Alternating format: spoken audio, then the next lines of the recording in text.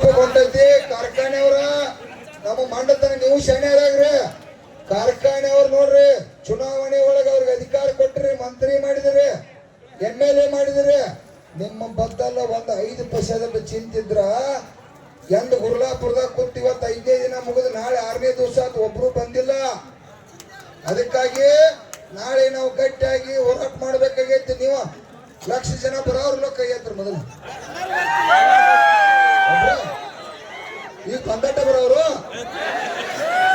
ಮಂದಿ ಕರ್ಕೊಂಡ್ಬರ್ತಾರೆ, 10 ಮಂದಿ ಕರ್ಕೊಂಡ್ಬರ್ತೀರಿ. 100% ಅಂಟಾರ ನಾವು ದಯವಿಟ್ಟು ಕೇಳ್ರಿ.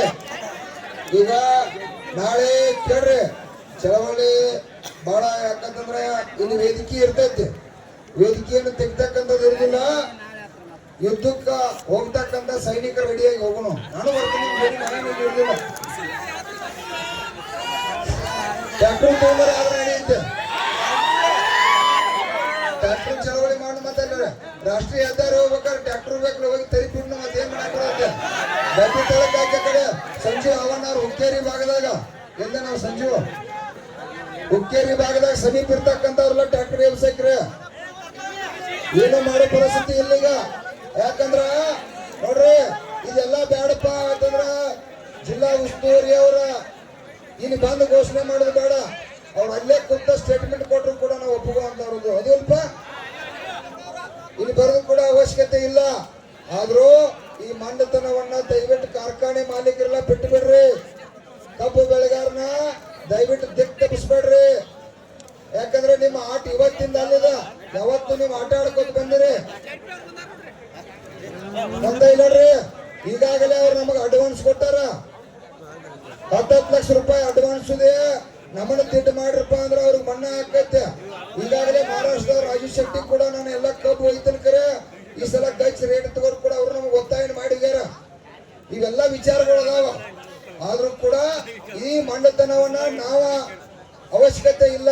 ನಾವ ದಯವಿಟ್ಟು ಕಾರ್ಖಾನೆ ಮಾಲೀಕರಿಗೆ ವಿನಂತಿ ಮಾಡ್ತಾ ಇದ್ದೀವಿ, ತಾವೇನ ಇವತ್ತು ರೈತರ ಜೋಡಿ ಚೆಲ್ಲಾಟ ಆಡತ್ತೀರಿ, ರೈತರ ಮನಸ್ಸು ಮಾಡ್ರಪ್ಪ ಅಂತಂದ್ರ ನಾವು ಇಲ್ಲಿವರೆಗೆ ಯಾವತ್ತು ಚಳವಳಿಯನ್ನ ದಿಕ್ ತಪ್ಪಿಸಿಲ್ಲ. ಗುರ್ಲಾಪುರದಾಗ ಶಾಂತ ಇರೋದಪ್ಪ, ಇಲ್ಲಿ ಹೋಗೋದು ಬೇಡ, ಇನ್ನೂ ಅನಾಹುತ ಆಗೋದು ಬೇಡ ಅಂತೇಳಿ ಶಾಂತ ರೀತಿಯಿಂದ ಚಳವಳಿ ಹೋತು. ನಾಳೆ ಬೆಳಗ್ಗೆ 10 ಗಂಟೆಗ ಏನ ದೇವ್ರ ಬುದ್ಧಿ ಕೊಡ್ತಾರ, ಅದನ್ನ ಕ್ರಾಂತಿ ಆಗ್ತೈತಿ. ಚಳವಳಿ ಇಡೀ ರಾಷ್ಟ್ರವ್ಯಾಪಿ ಹೋಗ್ತತಿ, ರಾಜ್ಯವ್ಯಾಪಿ ಹೋಗ್ತತಿ. ಈ ರಾಜ್ಯದ ಮುಖ್ಯಮಂತ್ರಿ ಕೆಟ್ಟ ಹೆಸರು ಬರ್ತತಿ. ಸಿದ್ದರಾಮಯ್ಯ ಅವರೇ ರಾಜ್ಯದ ಮುಖ್ಯಮಂತ್ರಿಗಳೇ, ನಿಮ್ಗೆ ಹೇಳ್ತೀನಿ ಈಗಾಗಲೇ. ಈಗ ಅವ್ರು 32,000 ರೂಪಾಯಿ ಅಂದಾರ. ನೀ ಕಾರ್ಖಾನೆ ಅವ್ರ ಮೇಲೆ ಬಹಳ ಪ್ರೀತಿ ಇದೀಪ ಅಂದ್ರೆ ನೀನು 1,000 ಕೊಟ್ಬಿಡ ಮತ್ ಸುಮ್ಮ. ಯಾಕಂದ್ರೆ ನೀನು ಕೂಡ ಇಲ್ಲಿವರೆಗೆ ಒಂದು ಮಾತು ಮಾತಾಡಿಲ್ಲ. ಮತ್ ಕಾರ್ಖಾನೆ ಅವ್ರ ಕಡೆ ರೊಕ್ಕ ಇಸಿ ಕೊಡಕ್ಕಾಗಿಲ್ಲ ಅಂದ್ರೆ ನೀನೇ ಕೊಡು, ಹೌದಿಲ್ರಿ? ಅದು ಅದಕ್ಕಾಗಿ ನಾಳೆ ಬಹಳ ಮಹತ್ವವಾದ ನಿರ್ಧಾರ ತಗೋಬೇಕಾಗೈತಿ. ನಿಮ್ ಜೊತೆ 100 ಮಂದಿಗೆ ನೀವೆಲ್ಲ ಫೋನ್ ಹಚ್ಚಿ ಸದ್ಯ ಹೇಳಿ, ನಾಳೆ ಲಕ್ಷಾಂತರ ಸಂಖ್ಯೆಯಲ್ಲಿ ತಾವೆಲ್ಲರೂ ಕೂಡ ಭಾಗವಹಿಸಬೇಕು. ಭಾಗವಹಿಸಿ ಈ ಕಾರ್ಯಕ್ರಮವನ್ನ ಯಶಸ್ವಿ ಮಾಡ್ಬೇಕು. ನಾವು ಮಾತ್ರ ಯಾರಿಗೆ ಹೆದರುದಿಲ್ಲ, ಎಲ್ಲರ ಮನೆಗೆ ಬರಕ್ ರೆಡಿಯೋದು, ರಾಷ್ಟ್ರೀಯ ಹೆದ್ದಾರಿಗೆ ಬರಕ್ ರೆಡಿಯೋದು, ಕೇಸ್ ಕೂಡ ಹಾಕೊಳಕ್ ರೆಡಿಯೋದು. ನೀವೆಲ್ಲ ರೆಡಿ ಇಲ್ಲ? ಈಗಾಗಲೇ ನನ್ನ ಮೇಲೆ 18 ಕೇಸ್ ಅದಾವ. ಇನ್ನೊಂದು 18 ಆದ್ರೆ ಏನಾಗೋದಿಲ್ಲ. ಉದ್ಯೋಗದ ಹಿಡಿದು ಮತ್ತೆ ಏನ್ ಮಾಡಕ್ ಬರೋದು, ನಿಮ್ಗೆ ಉದ್ಧಾರ ಮಾಡ್ಬೇಕಪ್ಪ ಅಂದ್ರ ಗುರುಗಳ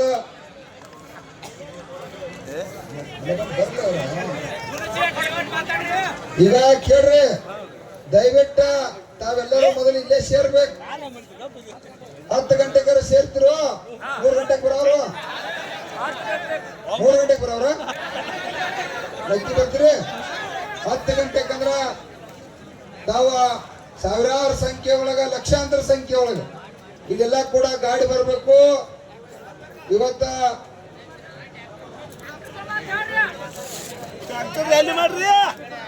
ಗುರುಗಳು ಕೂಡ ಸ್ವಲ್ಪ ಮಾತಾಡ್ತಾರೆ.